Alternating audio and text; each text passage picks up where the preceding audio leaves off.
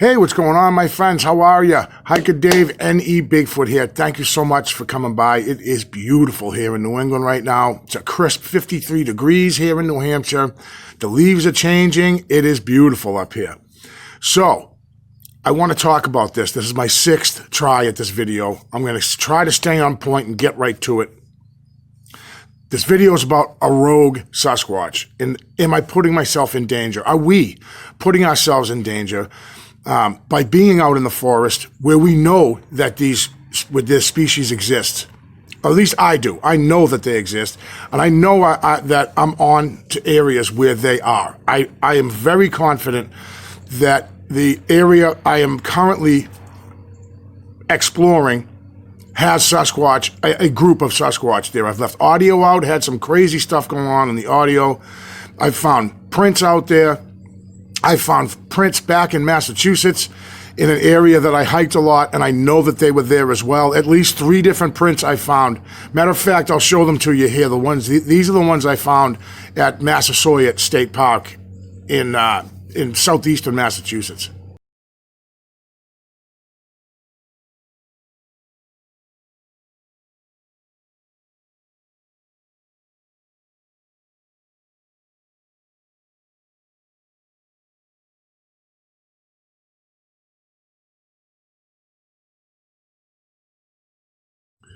Pretty interesting, right? So I believe that those prints that I just showed you are from Sasquatch. The 2 in the snow, I don't know. I swear I could see toes, but it's about an 8-inch print, the ones that I found in the snow. One's a left foot, the other's a right foot. They're about 60 feet apart, maybe 30 yards from each other, we'll say. Now, this is a print I found up here in McCabe Forest.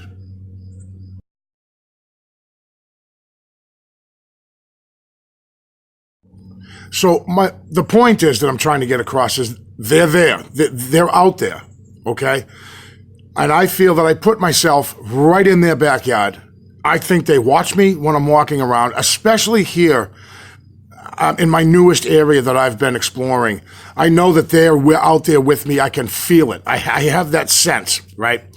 So let's talk about the rogue Bigfoot, right? Or just that mean, nasty, gnarly, not in a good mood Sasquatch.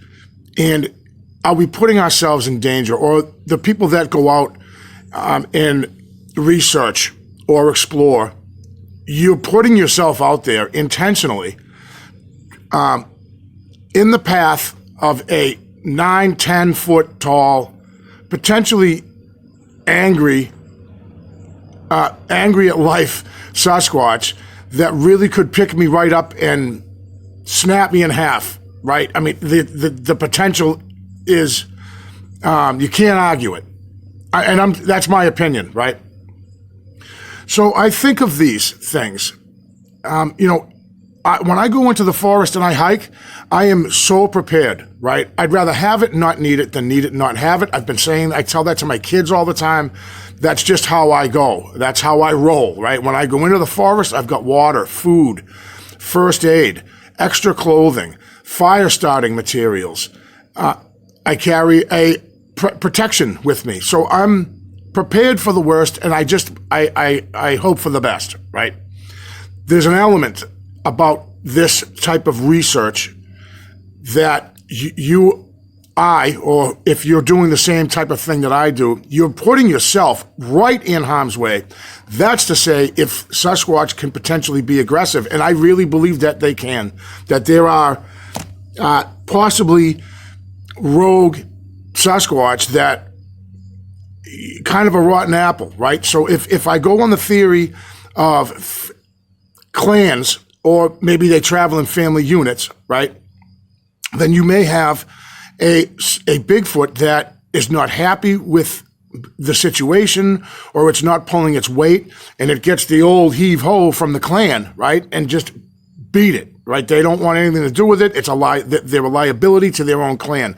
Now, you can question whether these family units are family units and they stay together like male and female. Do they stay together for life? That they mate and have, do they just stay with each other, or is there a dominance aspect to it where a stronger, younger male can come in and give the heave-ho to the old man because he's getting a little slower and a little weaker because of his age, or he's just not as dominant, as strong as this, say, new male comes into the picture? I don't know if these are all questions that I can't, there's no answers for them, but I tell you, the questions just lead to more questions. These are the things that I kind of think of when my head hits the pillow. So I did a little bit of writing, and I'm gonna try to stay on track here the best I can and not make this a long, drawn-out video. I tend to do that from time to time. Some of you let me know about it too. So now, to have a rogue Sasquatch, that's kind of a trait, like a human trait, right? We have bad apples in our society, and unwanted, maybe people that just want to do their own thing, and they don't want to follow. They don't want to stay in the box. They want to do their own thing. Maybe a disgruntled member of the clan, or is low on the totem pole, or fed up with the direction that the particular leader is taking this clan or family unit. And is that a thing? Is there a hierarchy? Is there a leader to certain groups? Just like I said, questions upon questions here. Competition for mates, infighting between clans, territory disputes. You know, when you think about it, if there's a leader, right, and you would think just to have some kind of hierarchy, that there probably is one or two that, you know, wise Sasquatch that make decisions, right? Important decisions, a good area to hunt, the best time to hunt, and such like that. Who, you know, spreading the wealth, so to speak. When if one clan hunts and they get a huge kill, do they feed it with other outside family clans, or do they keep it for themselves and hoard it? So with any species, there's this competition, right? In the animal kingdom, tons of species, they all have that alpha thing to it. You know, wolves, lions, and that list goes on and on. I'm not going to get into all that. But, you know, and then that question leads me to, if that is a human trait that we have, that there's rotten apples in the bunch, what other human traits do you think Sasquatch have? Is there a Sasquatch that is the best hunter and is used for hunting mainly? Is there a comedian in the bunch? Is there a jokester, maybe, you know, a younger Bigfoot that, you know, has a sense of humor?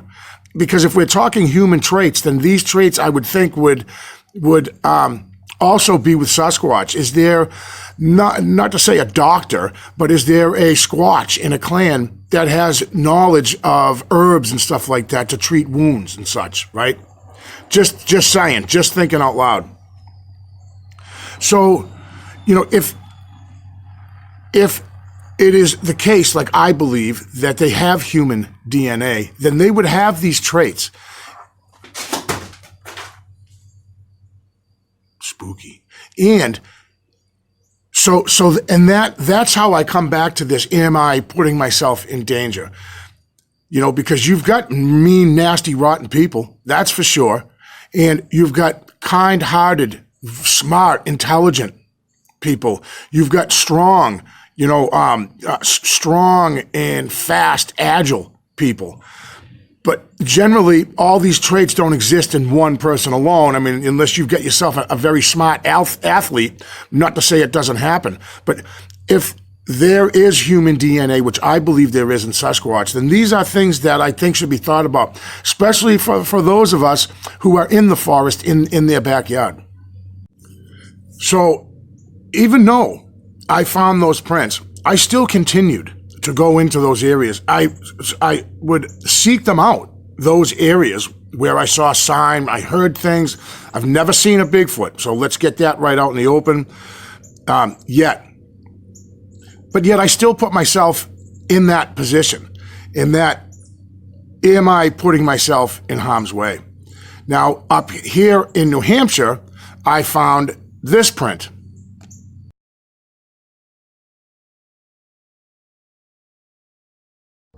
when I had found that print in the mud, that was right up here where I am currently exploring, right 20, 30 feet from where all of these teepee structures have popped up. So I know that they're there, and I intentionally go out there.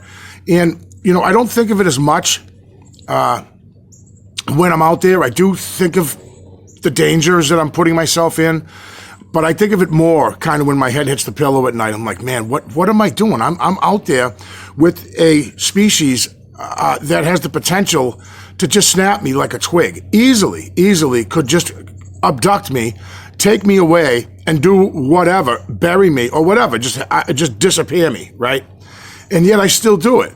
I go out into the forest. I'm always prepared. I always prepare for the worst and expect, and hope for the best, right? But I bring with me food, water, stove, first aid, fire lighting materials.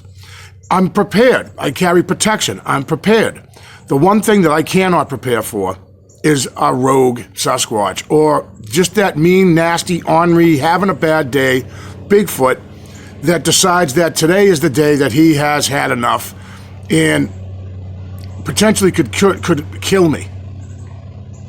So I had a bunch of stuff written down. I got pages of this. The pen hit the paper last night, and I wrote and wrote and wrote. And that's why I kept having to start this video over again, because I was trying to go off of what I was writing. I'm not going to do that this time. So I find that the more questions I have, the more questions come up. I question population numbers. How many Bigfoot are there? Bigfoot like traits. You know, we'll get back to this rogue element of a Sasquatch that is on its own for whatever reason. It was kicked out of its clan. It was kicked out of its family unit. It wasn't pulling its weight. For whatever reason, this creature is on its own. Now, I'm not saying that that danger doesn't come with a whole clan of Sasquatch. But it's that kind of that potential. I could see that being a thing. And that's like a human trait, right? We all have bad apples in our society, and, kind of the rotten egg that just does its own thing. And I would think that that's a trait that they would have as well, because I believe that Sasquatch has a lot of human DNA in it. I think it's human/other. So, with that being said, how dangerous is it that I'm going out there? Now, we hear stories on the interwebs of hunters being attacked and hikers just going missing. Is that a product of Sasquatch that are taking these people? That's something I think that every one of us that go out into the forest and know what we're looking at and know what we're looking for, think about. At one time or another, you've got to give it thought. If you're a researcher and you're out there in the woods and you're by yourself, even if you're with someone else, that thought has got to enter your mind, and think, what the heck am I doing? I'm putting myself intentionally in danger, or is that quest for knowledge override that fear of not coming back out of the woods because you were torn to shreds by a 9-foot tall, massive Sasquatch? So then I think of, what would be a reason why you'd get the old heave-ho from a clan of Bigfoot or a family unit or a group that would say, hey, we had enough of Fred over here. He's not pulling his weight or doing whatever, right? And they tell him to go beat it. And then I have another question pops up. Well, that's like a human trait, right? There's people that are outcasts from society. They're not accepted or what have you. Is there like a joker in the group? Is somebody that has a sense of humor, a prankster, right? I have often felt when I had a pine cone thrown at me back in southeastern Massachusetts a year or two ago, I felt that there was a prank feeling to it. I didn't feel afraid at the time, and I was making a video when it happened to me, and I really felt that it was joking. I hadn't been in that area of the woods in a long time, and I kind of went back to an area, and it was almost, I had that feeling that it was maybe a juvenile having a little fun with me, saying, hey, I'm out there talking to myself, right? And it threw a pine cone at me just to say, hey, what's up? I'm over here. And it scared me a little bit, but I held my composure. And in the video, I don't remember the name of it, but like a jokester, you know, that would seem to me that makes sense. You know, is there a leader of these groups that has the authority to give the heave-ho to a Sasquatch that's not pulling its weight in a group? So I think another way that a Bigfoot could kind of end up on its own and kind of be, you know, left to its own would be, is it possible that a dominant male could come into a family unit and take over that family unit and give that male that was the dominant male, who was no longer the alpha, and he gets thrown off the island, right? He's forced to move on. That would make for a very unhappy Bigfoot if it lost its mate in a way like something like that. And you know, another possible way that you could end up with a loner Sasquatch, so to speak, is one that has grown out of its juvenile stage, has become an adult, and wants to find its own mate. You know, I believe that there can't be a lot of interbreeding between in the species, because that would cause health problems. You'd have deformed and sick Sasquatch. So I think that they're probably pretty good at avoiding interbreeding. So you could have a juvenile that has grown up and wants to start on its own, and it goes off onto its own in search of a mate to start its own family or start its own clan.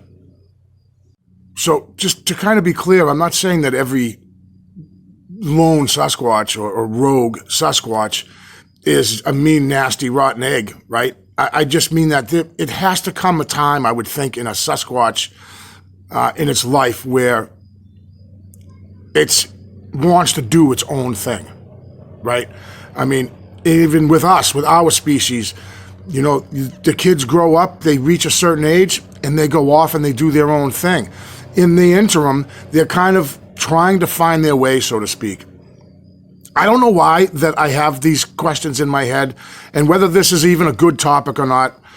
I find it fascinating, and it really just raises more questions. So I'm just kind of putting it out there, food for thought, you know. So as you know, I think of these things, I come to the thought of population, right? Because if there's these adults battling for you know, dominance, or they want to be the alpha male, there's a reason for that, and usually it is to procreate, right? To have offspring. Well, then why isn't there hundreds of thousands of Sasquatch? If they've been around for thousands of years, how do they keep their population numbers down? So, you know, maybe there's way more than we think that there is, but still, as long as we've been around, we populate the earth, just too many of us, if you ask me. But how does Sasquatch regulate that? They must somehow have a system, so their numbers aren't too much where they're just exposed and they'd be all over the place. So, you know, these are just some of the things that float around in my head, you know, about this species and my quest for knowledge, right? I just want to learn more and more and more and more, and it's frustrating because there's really never any answers, at least not to date. There's not a lot of answers. A lot of people seem to think that they know. There's some fantastic theories out there, and that's exactly what they are, as theories. So kind of in closing, what I'm, you know, the point that I'm really kind of making is, you know, am I putting myself in danger, right? I mean, you're already risking hiking alone anyways. So the risk of getting hurt or lost, it's already there. You know, I mean, I love it myself. I love being out there like that. I like to put myself kind of to the test.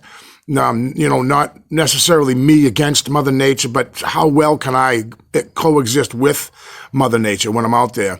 And then you throw in the aspect of a massive 9 or 10 foot tall creature that could snap me like with no problem at all.